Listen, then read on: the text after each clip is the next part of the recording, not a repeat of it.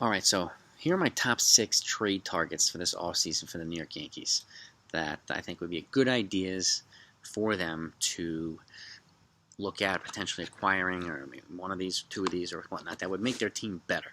Because there's a lot of holes that need to be filled or made. There's a lot of areas that need to be drastically upgraded because of either injury or lack of production or a combination of the two.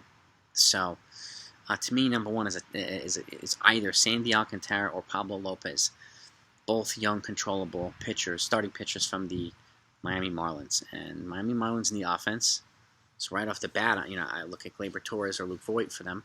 If for some reason the National League adopts a DH, it could be a really good, a better opening for Luke Voit, more opportunities here for him. But either way, I think either one of them would have to frontline a package for any one of these starters, and you'd have to give them, a couple of top prospects as well, maybe top 10, top 15 prospects to facilitate a trade for any of these guys. Miami has an excess of pitching, but they need offense. The Yankees have a need for a top-line starting pitcher behind Garrett Cole to complement him and the rest of the rotation. So those two guys seem to me the most obvious fit. And I think they're both under control till 2025. So 3 more years of controllable pitching for them on the cheap. It's a perfect fit for the Yankees, and they'd have had a relationship with the Marlins. Obviously, we know Hall of Famer Derek Jeter is part owner there. But if anybody can facilitate a trade, it's them. And with their new GM, who also worked for the Yankees, it seems to me like they could work something out here. But these two guys seem like a good fit. One or the other, both of them would be absolutely insane, but I don't see that happening. The next one is another obvious one that we talked about, is Ktal Marte. To me, he plays multiple positions: infield, outfield. Okay, he's a logical fit at center field, and I know that Aaron Hicks is coming back, but if they can figure out a way to acquire Ktal Marte, I think it'll open up the opportunity for them to move Hicks once he establishes he's healthy. And with that contract, if he's healthy and decently productive, then his contract becomes a steal. It makes it easier to move. Okay, but Ktal Marte would be a big-time fit here. With his bat, his efficient, his contact bat, and his ability to play multiple positions, to me, he has the opportunity to play right, center, left, a couple infield positions. It makes him a jack of all trades, just a much better version of Ben Zobrist. And Zobrist was very valuable. He helped the Cubs win that World Series.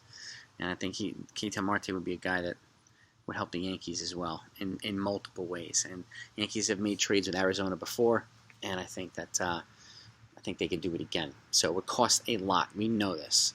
But if they're not giving up Anthony Volpe or Luis Hill or the Martian, then I could it's still gonna cost a boatload, but I could see a trade coming together, and I would rather do that so that Toronto doesn't get him or Boston doesn't get him. Either one of those teams can use him, and that would suck if one of those teams got him, or even Tampa Bay. That would suck even worse. So I want to keep him away from the rest of the American League East teams. And again, he would be a perfect fit in this lineup and on this roster. So Ktal Marte is number 2. Number 3 to me is Jose Ramirez, and I mentioned him before. With the Cleveland Indians, third baseman. And again, the Yankees shuffle around the infield, right? And they move Gio to shortstop, and they don't invest in a shortstop, but they can move DJ to first. And if they trade Torres, like I said recently, if they invest in somebody like Marcus Semien, play for second, then you can bring Jose Ramirez in the trade to play third. So it's just another way of doing it. Again, the switch hitting bat. He's a perfect contact hitter. And he would be an ideal fit in this Yankees lineup and team. Again, it's going to cost a boatload. He's got 2 more years of controllable contract. So, and he's 27, I think. So he was young, controllable, and one of the top 5 hitters in baseball. He, to me, is another perfect fit for this Yankees. But again, it's going to cost a boatload. So, but if they trade for him, you can easily make it work in the infield. Easily make it work in the infield. So he's number 3. Number 4, again, I mentioned him recently, Luis Castillo. Cincinnati Reds, frontline starting pitcher. Durable, okay, and he's gotten things under control again now. And he's a better pitcher the second half of the season than he was the first half when he was struggling. But he's a frontline guy that I would put behind Garrett Cole. And, they've already almost had a swap of straight up of Gleyber Torres for him. I don't think that's going to happen now. If it did, it did. But there's a way you can get Luis Castillo here you get that. And personally, and I think the Yankees need to trade for a pitcher and sign a pitcher. So you can imagine Luis Castillo in a trade and Robbie Ray in free agency this offseason. Completely different rotation. Completely different rotation. Or Castillo and Carlos Rodon. Completely different rotation. So he's another good fit. That's not going to break the bank either for the Yankees. Number 5, a relief pitcher. Either Josh Hader from the Brewers or Lucas Sims. I don't know if you've heard of him, some Cincinnati Reds, a right-handed pitcher, reliever, and he's strikeout. They're both strikeout connoisseurs. In their power arms, they have a good arsenal of pitches. And Sims is 27. He's got, I think he's got 3 more years of team control. He'd be another good fit. And I think the Yankees, again, just like the starting pitching, I think it would be wise for them to bring in a reliever in free agency and one via trade to kind of keep the payroll somewhat stable. Instead of having to spend another $30 million on 2 relievers like they did with Britton and Chapman. So this is a way of getting one in a trade. And again, they're both going to cost a lot in terms of prospects. Let's just be real about that now. But Hader's got 2 more controllable years. Sims has 3. So if you can get Sims, you get Sims over Hader. But I would be totally fine with Josh adding a Hader to this bullpen. Would make you really, really good. But linking with the young arms that we have already with Clay Holmes and hopefully Stephen Riding's coming back really healthy. And then if Severino's in the bullpen, you have other guys in the bullpen. We've just added a lot of weaponry to that pitching stable for the Yankees. So one of those guys is a good fit. And last but not least, Wilson Contreras. To me, as much as I like Gary Sanchez, he's too hot and cold, and we need somebody who's more consistent at the dish behind the plate defensively. And Wilson Contreras just happens to call a better game than Gary Sanchez does. Again, Gary's got bigger power numbers, I get it, but Wilson's no slouch at the plate either. They are both the same age, so they both have 1 more year of control. And they're both free agents at 2023 or in 2023.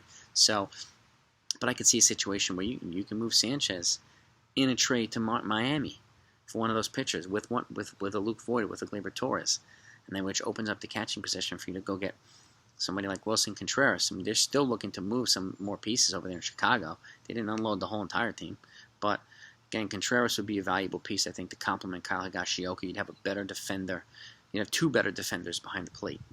And again, calling better games, which I think would help our starting pitchers and our relief pitchers. So that to me is a catching upgrade. You sacrifice probably a little bit of offense, but the offense still being inconsistent. If you got him and you brought in somebody like a Jose Ramirez or a Ktal Marte, you're more than offsetting that offensive difference in production from him and Sanchez. So, and that to me is a good trade. It's a good move. And could you imagine, if the Yankees brought in let's say a Pablo Lopez and a Wilson Contreras and a Ktal Marte? That's a monster offseason. Monster offseason. And again, these guys have done it before. They cleared the payroll. Remember in 2009, that offseason before, we thought we were hoping they were going to get Sabathia, and then he wound up with Sabathia, AJ Burnett, and Mark Teixeira. This could be a similar offseason, but in the insanity could be a combination of free agents and trades. So it could still be a monster offseason. But these guys, to me, are the best fits for the Yankees. And I know I mentioned Matt Olson. I talked about him already, so I wasn't going to bring him up in this video. If there's a way to get him, you get him.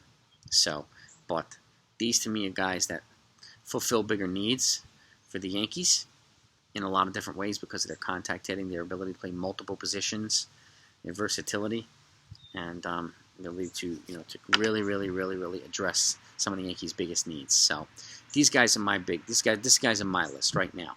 So my next video, I'm going to talk about their top fits in free agency. So you let me know what you think about this one. If you haven't subscribed yet, make sure you do so you don't miss the next one. And I will talk to you guys next time.